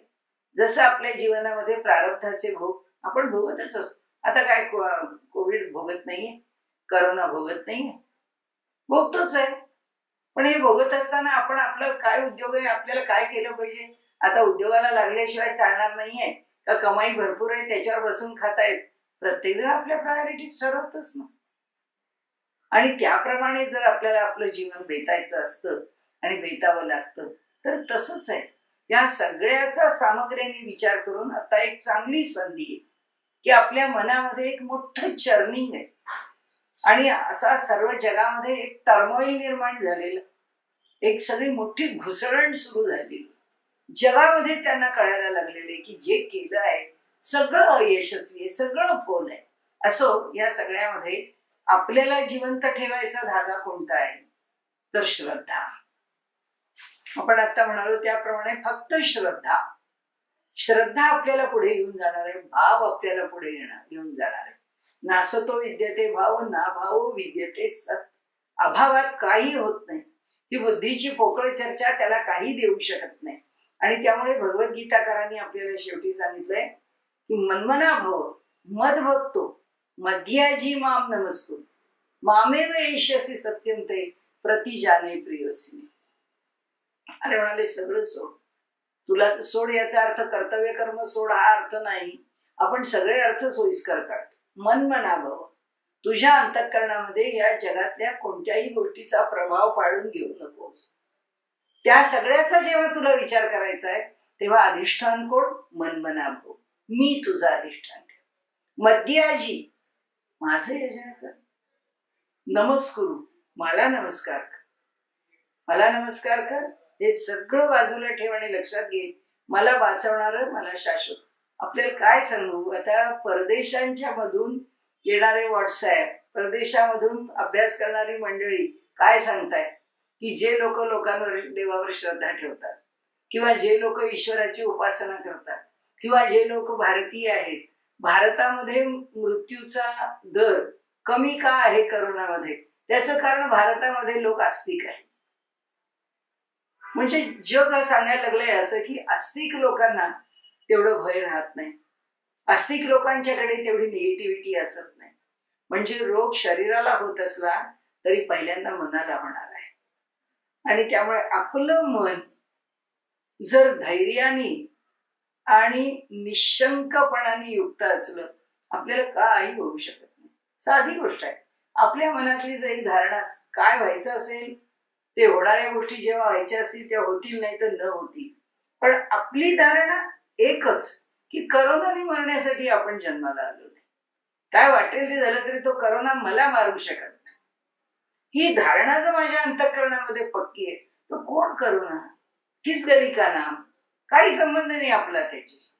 आपण उत्तम प्रकाराने, कारण शेवटी काय आहे, सगळं घडतं ते मानसिक पातळीवर. आणि भगवद्गीता आम्हाला हेच शिकवते, मनानी बरे व्हा, मनानी बरे व्हा, मनानी शाण. अभ्यास आहे ना तू कौंतेय वैराग्याचे गृह्यते. अभ्यासाने मनुष्य शहाणा होतो.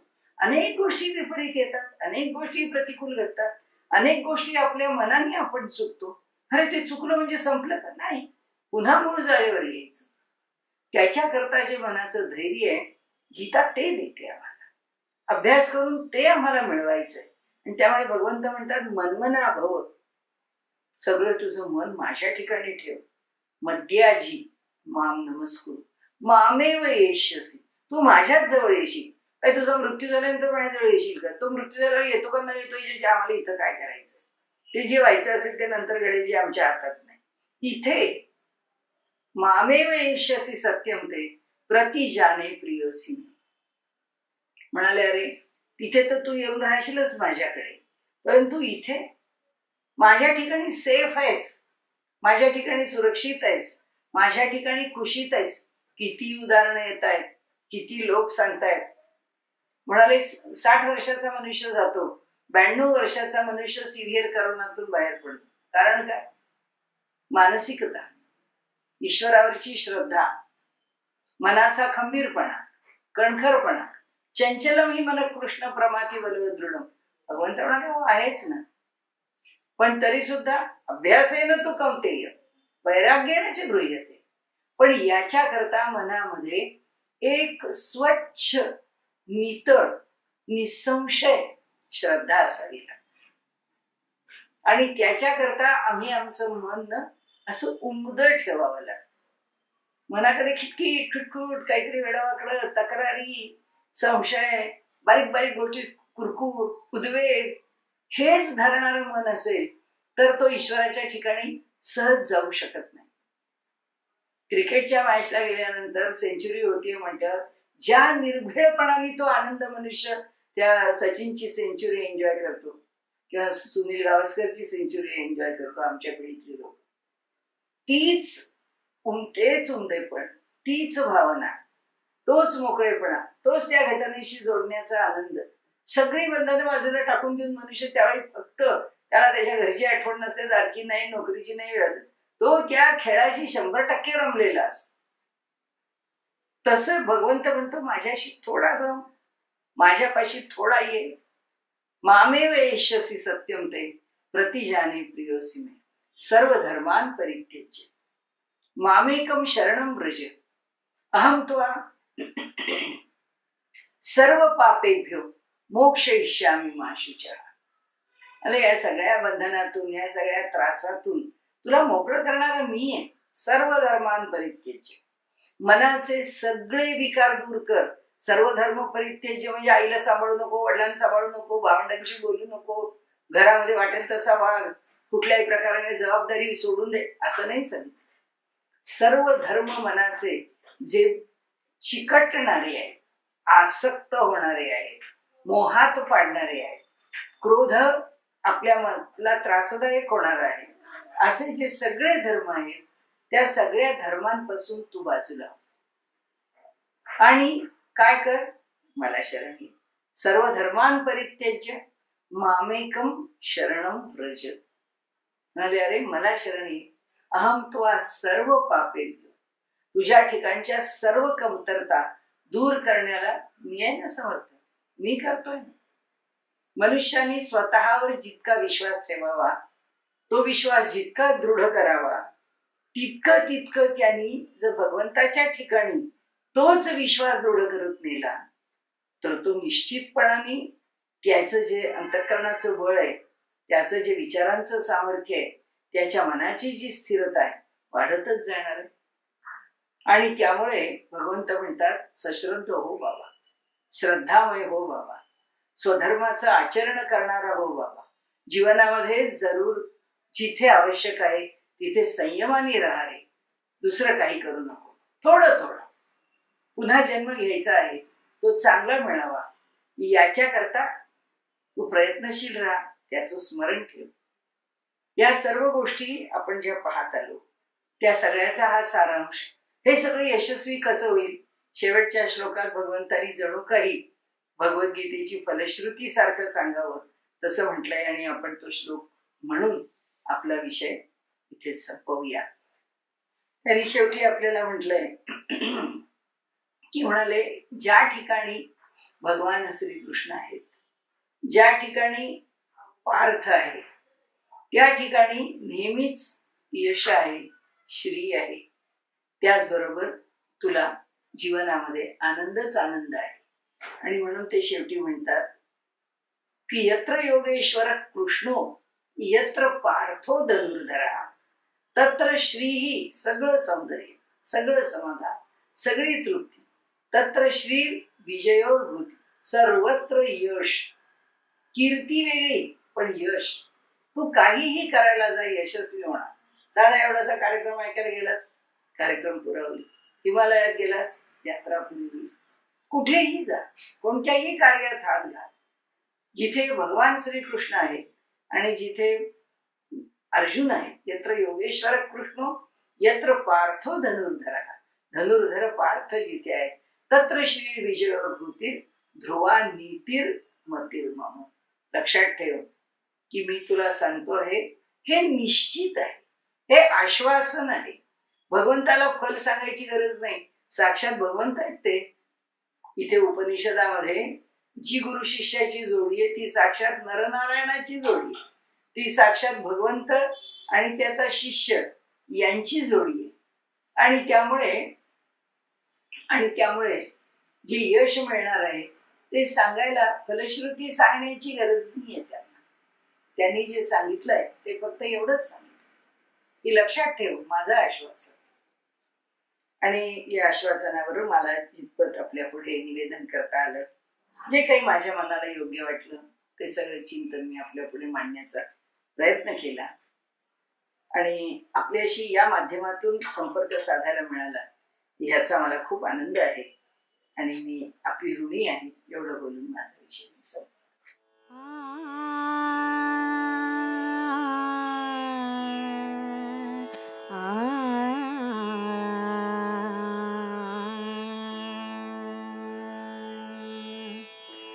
सावरा सावरा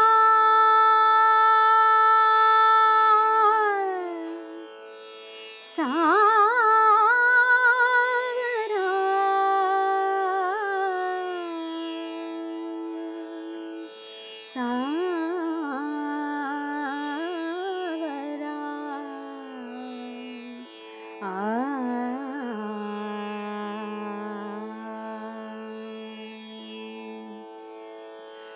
सावरा सावरा हमारे प्रीत निभा जो जी, हमारी प्रीत निभा जो जी, हमारी प्रीत निभा जो जी. थे छो म्हारा गुण रा सागर, थे छो म्हारा गुण रा सागर.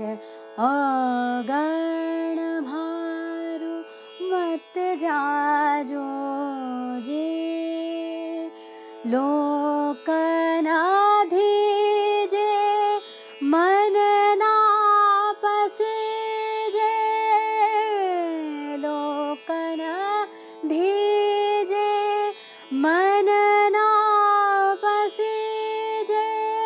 मुखडारा सबद सुना जो जी, म्हारी म्हारी प्रीत निभा जो जी।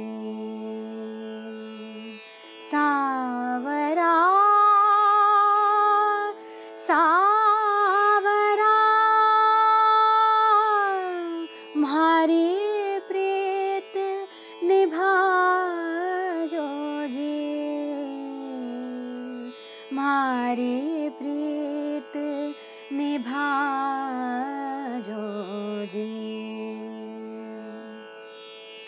मैं तो दासी जन्म जन्म की। मैं तो दासी जन्म जन्म की।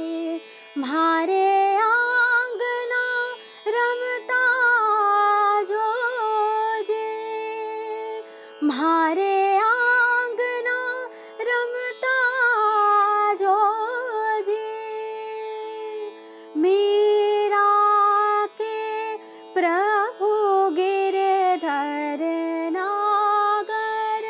मीरा के प्रभु गिरधर नागर। बेड़ो पार लगा जो जी। म्हारी प्रीत निभा जो जी।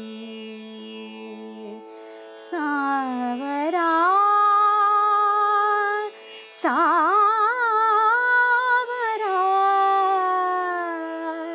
म्हारी प्रीत निभा जो जी। म्हारी प्रीत निभा जो जी।